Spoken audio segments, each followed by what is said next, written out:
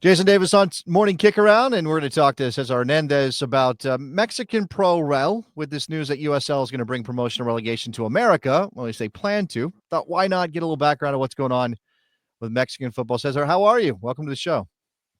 Doing well. Excited to be on the show. Excited to chat. So let's talk about where promotion and relegation is in Mexico for people who aren't paying attention. Obviously, this might need a little historical context too, because there's a story that leads into where we are right now, and then we can talk about what maybe promotion and relegation might look like in the future in Mexico if it does come back. Yeah. So I think if we're talking about pro rel and Mexican soccer, that's just a fascinating story to talk about. I mean, if it all kind of begins in the early days of the pandemic in 2020, when suddenly there was a break in play. There was a break in play for numerous leagues and teams from the Ascenso League, that was a second division in Mexico, the now former second division. They were asking for financial help. This was a second division that was really struggling at this point. So the federation, so that's Liga MX, and that's also the second division teams, they created a new 5-year plan that was created in which there'd be annual payments to the worst performing Liga MX teams to the second division clubs, but in exchange for that, there'd be no pro rel. Second division clubs, they voted in favor of that, and you get to 100% see why Liga MX teams would be very much okay with this. So it's around $8 million split up from the bottom three teams of the coefficient table. So that's the points per game from the last 3 years that gets sent down to the second division. And now we're at a point where we've reached the 5-year mark, and there are rumors and reports that it might return. But yeah, it's a really fascinating conversation because I chatted with a couple of higher ups from second division teams last year, and they've told me no, it's like what the league has said, pro rel isn't over. You just need to meet the new minimum, which is 4 teams being eligible for promotion in order for pro rel to return. Jason, I could go into so many different threads about this, so let me know where you want. Well, let me pick apart just from what my sort of remedial knowledge. Let me kind of pick this apart for people who maybe are catching up. So there was promotion and relegation in Mexican football. Correct. But as you described it, it was not simply the top 3 teams from the Ascenso and up to the top division, and the bottom 3 teams from Liga MX, or what it used to be called, went down, right? It was this sort of it was a mathematical equation. Obviously, we have Apertura Clausura in Mexico too, so it was a mathematical equation. Give us a little sense of how that worked when it did work. So I would like to say that it was almost a safety net of sorts for the biggest teams in Mexico. Because what I mean by that is, you would translate to the coefficient table in English. So it was basically, let's say if Pro Rel was still happening right now in Liga MX, what you would look at is not just the results from this year, but the results from the last 3 years. Now, when looking at the table numbers, just to be clear, is that three years or 3 tournaments? Because again, with the split season, it kind of gets 6 seasons. Yes, 6 seasons, 3 years, 3 Aperturas, 3 Clausuras in that time frame. Yes. Okay. Exactly. So the team that was at the bottom of that coefficient table, they would get relegated, and then you would have the best team from the second division then get promoted. Yeah. One team. And now what makes it very difficult. Let's say you have a second division team, or you did have a second division team, because remember, Pro Rel now looks different now. If you got promoted and you're now looking at this coefficient table and you're realizing, oh, I only have 1 season's worth of games. And then you look at, let's say, at Chivas or America, they could have a bad season or 2 and they would still be okay because of the larger coefficient table. So that's how it used to work out. That is now out the window, and we'll see if it returns going forward, and how that even looks like going forward. Okay, so another part of this I think that is fascinating, and what I recall from around the time you're talking about with COVID and financial strain on lower division clubs, and we probably would be remiss if we didn't mention multi-club ownership as part of Mexican football too. But yes, let's get to how many clubs in the second division were sort of prepared to go up, or I guess, again, sort of the financial reality of second division football in Mexico, because, one of the questions here for fans of American soccer is if you did install Pro Rel, would teams really meet the requirements to go up? And now we could have a whole discussion of whether the requirements are correct or should exist and those kind of things. But I'm curious about that part of it for Mexican football. What kind of requirements are on second division teams when they came up, and were there ever any problems with sort of meeting the requirements that you would need to in order to be a top division team in Mexico? Oh, 100%. That's happened in the past. I mean, right before the cancellation of the rest of the 2020 season in the second division and before they changed all the new format, no second division teams were deemed as being, well, I don't think it was officially official. I think it was just reports that no teams were eligible. So eligibility, that means reaching certification, means stadium requirements, means financial infrastructure, ownership. How they actually look into that, who that looks into that, I'm not entirely sure.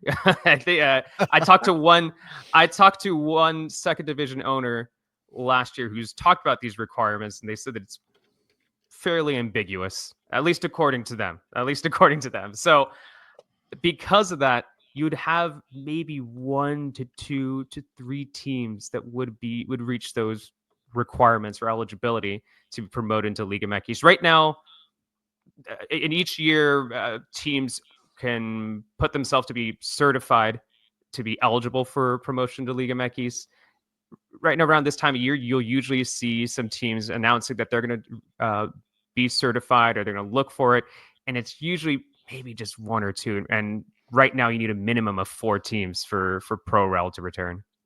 So it's again, let me just fix my camera here. I'll do that midstream. People will have to deal with it. I had my camera mirrored for some reason. But that's interesting because it's not it. You could do everything right as a Liga Ascenso team. You could be ready to go. You could have a great, a great run of seasons. Somebody has to come down based on the old math, and then you wouldn't go up because there weren't enough Liga Ascenso teams to meet the 4-team requirement. That seems like those guardrails against the top division team going down seem almost insurmountable at that point. Yes. I mean, it's almost like put to rest the facade or the nonsense around it with the COVID thing and giving us financial safety net to these teams that might need it. But even before that, it didn't feel like it was sort of true promotion or relegation, did it? Exactly. Yeah, no, you're 100% right there. And I mean, think about it. If you're an owner of a second division team and you're thinking, do I make, because right now these teams continue to struggle. They're not making as much money as, let's say, Liga MX teams, and it's tough in the second division. I mean, any owner in the USL Championship or anywhere in the USL will tell you that it's really difficult financially. So it's not any different in Mexico. And if you're an owner and if you're thinking, will I make this significant investment into my stadium, into so many things to reach eligibility, and to know that, oh, by the way, you're going to have to go in blind faith because you don't know how many other teams are looking for certification, or even if a number of them do, maybe only a couple of them will be certified, and you think, then I'm not going to say what's the point of that, but it's asking a lot of those second division clubs. So let's take a look at some of the history and also multi-club ownership. I would like to bring that into the conversation too, because we obviously have a public example of how that's affected Mexican football with the news that FIFA had kicked out Club Leon from the FIFA Club World Cup. And I know we're still on, as you and I speak, there's still a challenge to that decision. And Grupo Pachuca is not just, taking it lightly that their club has been kicked out. So I guess maybe start there since I brought it up. What does ownership of Mexican football, especially the top division, look like right now? Right now, so you have Grupo Orlegui. They have Santos, and they also have Pachuca. Actually, that's Grupo Pachuca that has Pachuca and Leon. You have Grupo Orlegui. They have Santos and Atlas. You have Grupo Caliente that have Xolos and also Querétaro. And I might be missing another because it's always confused and it's always in the back line of all that. But yes, the clear example there is that this isn't just one organization that has 2 teams. There's a handful of different organizations that have a couple different clubs. Some of them are associated with second division teams too. So that's bigger. That's part of a bigger question of Mexican soccer, is that, and I think that's kind of what led to the current state of of Liga MX is that, let's say we only have to go back to, let's say, a handful of years ago when we saw Veracruz. They had very sketchy ownership. I mean, anybody can go Google and see what Veracruz and the situation that they dealt with, and this owner, which clearly was not exactly the best guy, let's just say. And so you ask yourself this question: is like, yes, does Liga MX need to move away from multi ownership? 100%. But then when you see an example like that, and then you think like what are the alternatives? That's what some people, I guess, are asking sometimes. Is that, Mm-hmm. would you prefer to have a very sketchy owner, or would you prefer to have multi ownership with groups that are a little bit more trustworthy? I think that obviously we should. I 100% agree and think that, yeah, multi ownership should no longer be a thing in Liga MX. But this is it's not like MLS. It's not like American sports where you have more billionaires that can step in and make some significant investment. It's more difficult in Liga MX. That being Yeah. said, we'll see what happens. Though, like, there is now more international investment in Liga MX. I think the most prominent example of that is Necaxa. Obviously, the guys over from Wrexham, Rob and Ryan, they're now making that investment there with along with other celebrities there too. So, are we going to continue to see that going forward? Will that lead to fewer multi-ownership situations in League MX? Maybe. I don't know. We'll see.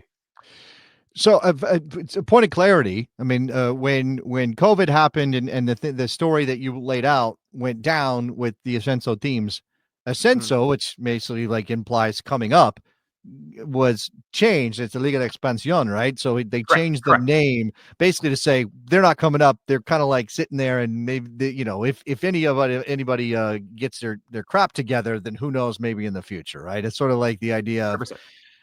you're auditioning rather than trying to win your way up, I suppose. It's kind of what this Yes. is. Yeah, the multi-club ownership thing in Mexico is fascinating to me, because it, and I guess I don't, because I'm not in the culture, because I'm not seeing it, because when I engage with Mexican media, I'm typically engaging with things around the Mexican national team, or higher level stuff, and maybe even just the play. Is there a sense, Cesar, that the fans or that they don't like it, that there's that the competitive integrity of the league is constantly questioned because of multi-club ownership? Oh, 100%. I think, and fans are just frustrated with Mexican soccer in general. And obviously things are looking a little bit better with El Tri in recent months under Aguirre, but before that, there's a general frustration about the state of Mexican soccer, and fans would point to multi-club ownership. Fans would point to the lack of pro rel. Fans would point to the list goes on. We could say the Mexican national team playing most of their games in the United States, and a number of friendlies there that you could point to the price that Mexican players have in the transfer market that makes it difficult for them to go to Europe. I think that it's been a really tough moment for fans, especially when you see the results on the field for El Tri. And there are those wondering that, hey, when you take a look around and see the current state of everything, maybe then that's not a surprise why El Tri have stagnated. Yes, that's, once again, they're looking good under Aguirre, but is that going to be a permanent situation? I don't think so. Or are they just making are they just rebounding after a Yeah. number of difficult years? Possibly. So yeah, there's a lot of frustration. Well, there's also, to kind of expand on that, my sense is that, and you can tell me if I'm wrong, my sense is that traditionally Mexican football has been very protectionist, right? It's been very kind of closed off. Yeah. And because and you're talking about new international investment, and we'll see how that changes. But, not that long ago, I'm reading a story about how Major League Soccer has sort of dropped the ball on developing American players because it's turned so heavily towards internationals. And as in my research, and I messaged you about this, I dived into where is Mexican football on that, and I believe it's as of the moment 7 international players on the field at a time is the limit, Mhm. and that there has been surveys and players within the league have said we need to restrict that even more. We need to have fewer international players on the field at any given time because it's hurting the Mexican player. And there aren't a lot of sort of high profile leagues in the world these days, Cesar, who are willing to sort of say, we're going to focus, and again, it's a balance. And there are obviously high profile foreign players in Mexican football, but the idea is like this is a Mexican league for Mexican players, I think in essence. And I guess where are you on sort of that tension between we maybe want to grow or maybe want to get rid of multi-club ownership, maybe we want to become more established. We're flirting with Major League Soccer. We're trying to grow outside of Mexican borders, but yet we can't turn our back on what history has been, which is this is a Mexican league for Mexican players. 100%. And I think that it is a really, really difficult balance. And I do wonder how they're going to use 2026 as a possible platform, how they're going to use this as a possible opportunity to try something new, because I think more than likely they will. There's also no, it's like a fairly open secret too that the league wants to eventually expand to 20 clubs. So if we're bringing this back to Pro Rel, are we going to have a situation? Because right now, what was really interesting is that the president Morelia, the second division team in Mexico, he recently stated that we're now at the 5-year mark of this deal, and Pro Rel is going to return in the summer of 2026 after the World Cup. But what does that look like, right? Because I can tell you about the history of what's gone on with Pro Rel, what's the current state of Mexican soccer when it comes to that. But if Pro Rel does return, what does it look like? And also, if they want to expand to 20 teams, maybe it's not even a question of Pro Rel going forward when we're thinking about Mexican soccer. Is it a question of just simply adding 2 teams? Will it be for sporting merit? Like, will they simply be buy their way into Liga MX as well? And what does that mean for Liga MX in general going forward with promotion or relegation? Looking forward, I have just numerous questions about how this league evolves. And my guess they're going to try to do something next summer, but we'll see what it is. Yeah, I mean, and I think that's fascinating, right? I mean, again, if this was my league and I had a club there that I was following, I would probably be a little frustrated and I'd be concerned. But as an outside observer, it's just like, wow, there's so many things that they could do. It's unpredictable. I think Liga MX and Mexican football and the FMF in general are fairly unpredictable. I don't know if that's a fair reading, but I guess this is interesting. One other thing I want to get in here before I let you go, and this specifically relates to just the way. I guess the way Mexican football has operated. I mean, we look, everybody knows Club America, everybody knows Monterrey and Tigres and Pumas, and these are sort of established clubs. And now we know they're sort of locked into the top division until Pro Rel comes back. It's interesting you mentioned Morelia because I forgot. Morelia was they were a top division team not that long ago, if I'm remembering correctly. Okay, so, but is there a story? This is me going into my memory here, Cesar. So if I get it wrong, but I seem to remember there being a club that maybe folded or something, and there was a purchase of another club in order to grab the rights to restart a new club in a town that had been first. Is this ringing any bells? Am I missing? Am I getting this wrong? Yeah, that's happened a handful of times in the second division too, and then it's and also I guess what's fascinating to me about that is because people in American soccer fans are very precious about this idea of like, what is a club and what is a franchise? And Major League Soccer teams aren't clubs, they're franchises. And maybe the USL teams are more traditional kind of clubs. I don't think any team in American soccer can be called a club, at least not a team that doesn't go back to the 1900s and they're still amateurs. But it seems like Mexican football does ride that line as well between what is a franchise, what is a club, who has rights to run a team in a town, and one club dies and we just buy the rights from another club and then we rename that club the old club's name that just died and start over again. Yeah, I mean, you mentioned Morelia. That's what happened to Morelia, right? Like it's like so the Morelia that we're talking about in the second division, that's a revived Morelia. That's not the original. That's not the original Morelia. It is frankly, I mean, especially using that Morelia example, it was like quite sad to see when the team was first sold and now it's revived, and that's nice to see. And they're in the second division, but it's extremely frustrating to see that in Mexican soccer. Or if we're even using that example and just like the surprising nature of it all, if we want to go back to what I was talking about with Veracruz, back when Veracruz, like before they had folded and before they were disaffiliated from Liga MX because of all the stuff that was going on with that club and financial issues, like they were allowed to stay in Liga MX by paying a fine. And you're you're thinking about that, and you're like, is that going to be happening going forward with Mexican soccer? I don't know. The more you think about it, the more questions you have about how things are going to look going forward. But I mean, it is chaotic, but it's also a lot of fun. I guess I'll just I'll just leave it at that. Yeah, I mean, yeah, even as yeah, it is. It does seem to be quite a constant saga in Mexican football. And again, I don't know that it's entirely disconnected from what's happening in the United States. Obviously, much more history in Mexico. The league is Yeah. much more important to the country than MLS is to America. But these are both leagues trying to make it up as they go along and figure out how to matter, and then also again balance things like, should we be a league that is focused on domestic players? Should we be trying to grow our audience outside of the United States? I mean, Yeah. and maybe one more thing, a little bonus bit of content. Maybe I'll save this for some of our special viewers.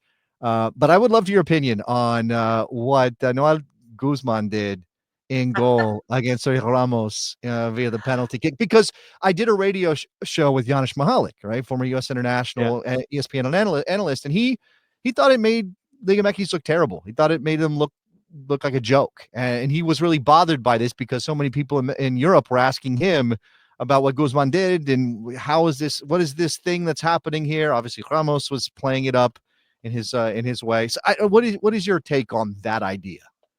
I mean, the thing is, I think, to me, I think it's fun. I don't know. I think he's being a showman. I sometimes I think we take ourselves a little too seriously in the soccer world. And I don't know. I thought that was quite funny what he did. And for those who don't know or haven't seen it, please look it up. So basically, Ramos about to take a penalty. This is a significant Clasico game. Nahuel tries to, throw him off by facing the net before the penalty, like peeking around every now and then.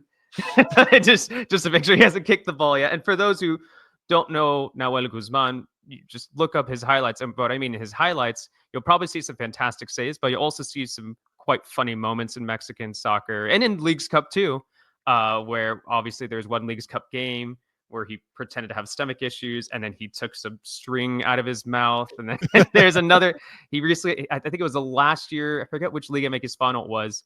After he was ejected, he then hid under a tarp watching the rest of the game near the field. I don't know.